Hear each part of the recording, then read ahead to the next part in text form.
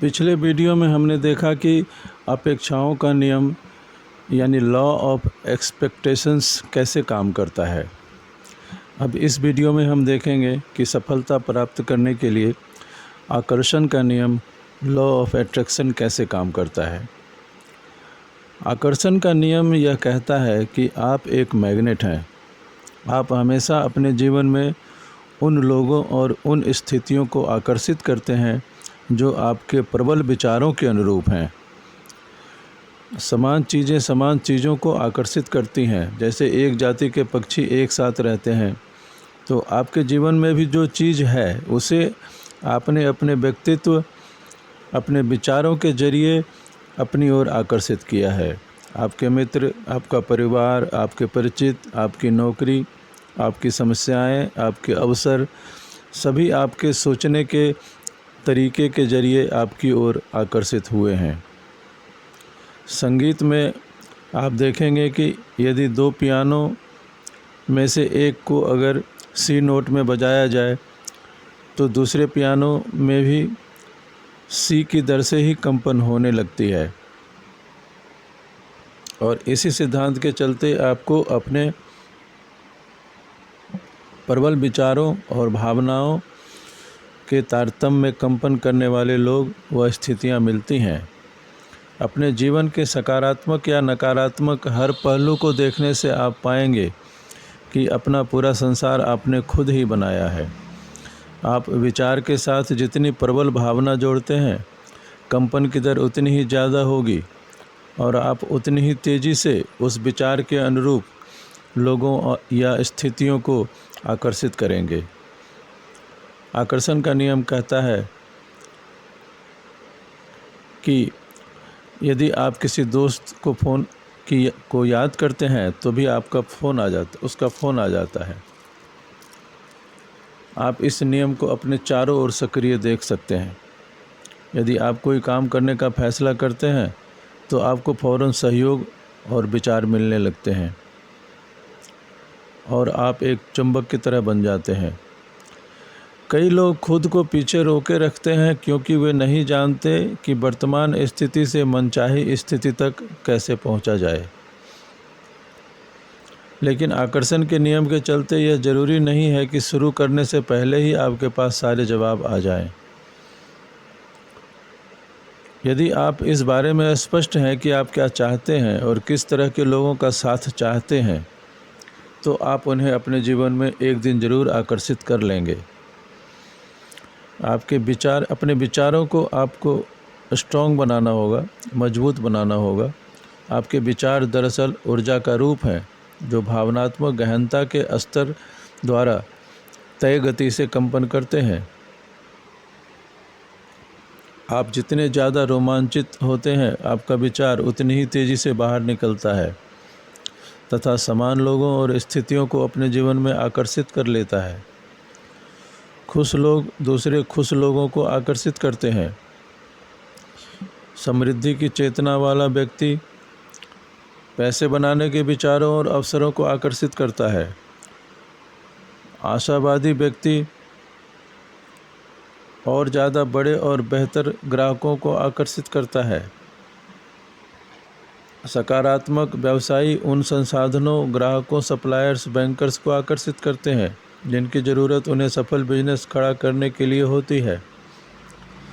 तो आकर्षण का नियम हर समय हर जगह लागू होता है। दूसरे मानसिक नियमों की तरह यह नियम भी तटस्थ है। यह आपकी मदद भी कर सकता है और आपको नुकसान भी पहुंचा सकता है। विचार बोएंगे तो आप कर्म की फसल काटेंगे और कर्म बोएंगे तो आदत की फसल काटेंगे और आदत बोएंगे तो चरित्र की फसल काटेंगे और चरित्र बोएंगे तो आप तकदीर की फसल काटेंगे। आप और ज़्यादा बेहतर बन सकते हैं, ज़्यादा पा सकते हैं और ज़्यादा कर सकते हैं क्योंकि आप खुद को बदल सकते हैं। आप कठोर मानसिक विजय का अभ्यास करके अपने प्रबल विचारों को भी बदल सकते हैं। आप मनचाही चीज़ों पर अपने विचारों को केंद्रित रखकर और अनचाही चीज़ों के बारे में सोचने से इनकार करके खुद को अनुशासित रख सकते हैं। जो लोग आकर्षण के नियम का सकारात्मक उपयोग करते हैं उन्हें अक्सर खुशकिस्मत कहा जाता है। इसका मतलब है कि जिन लोगों के पास स्पष्ट लक्ष्य होते हैं और जो उन्हें हासिल करने के बारे में निरंतर आशावादी रहते हैं, उनके जीवन में तमाम अच्छी चीज़ें और मददगार लोग आकर्षित हो ही जाते हैं।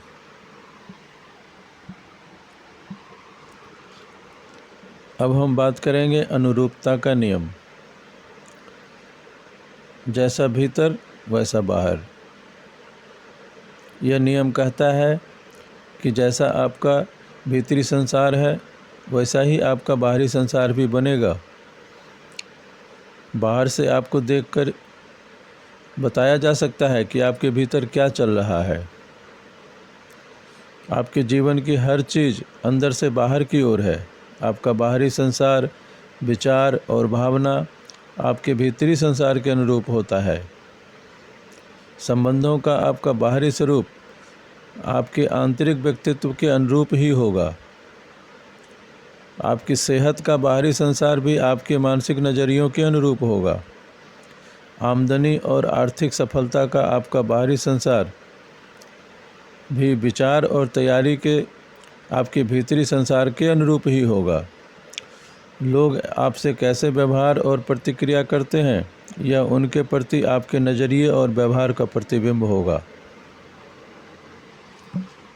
आप अपनी स्थितियों को जिस हालत में रखते हैं वह इस वक्त की आपकी मानसिक अवस्था के अनुरूप होगा। यदि आप खुद को सकारात्मक, आत्मविश्वासी और अपने जीवन के नियंत्रण में महसूस कर रहे हैं तो आपका मकान, कार, ऑफिस ज़्यादा व्यवस्थित और कार्यकुशल होंगे। और जब आप काम के बोझ तले दबने लगते हैं या कुंठित या दुखी होते हैं तो आपकी कार, आपका ऑफिस, आपका मकान, यहाँ तक कि आपकी अलमारी भी अव्यवस्था और दुविधा को प्रतिबिंबित करेगी। तो आप इस अनुरूपता के नियम का असर हर जगह देख सकते हैं।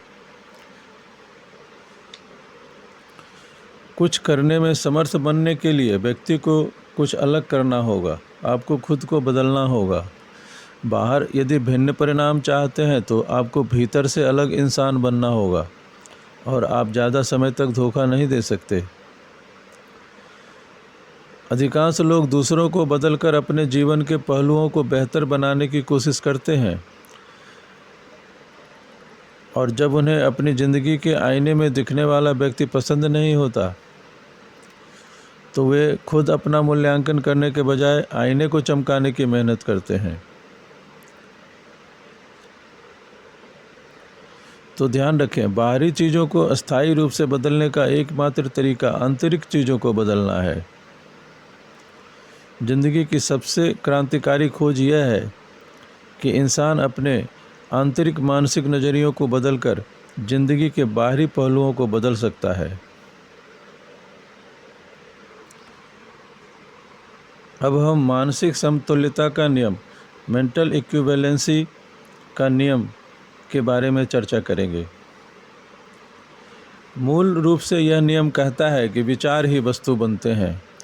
जब आपके विचारों की काल्पनिक तस्वीर स्पष्ट होती है, जब उन्हें दोहराया जाता है, उनमें भावना भरी जाती है, तो वे आपके जीवन में सच हो जाते हैं।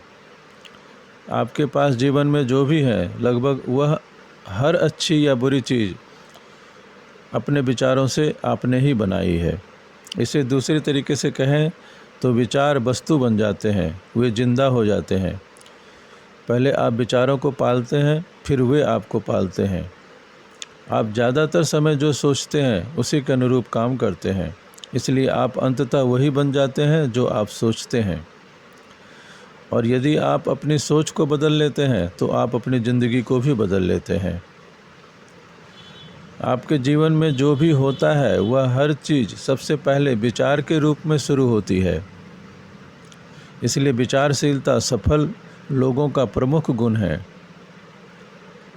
कुशल चिंतक बनने का मतलब है कि अपनी मानसिक शक्तियों का इस्तेमाल इस तरीके से करें कि वे हर समय आपके सर्वश्रेष्ठ हितों की सेवा करें।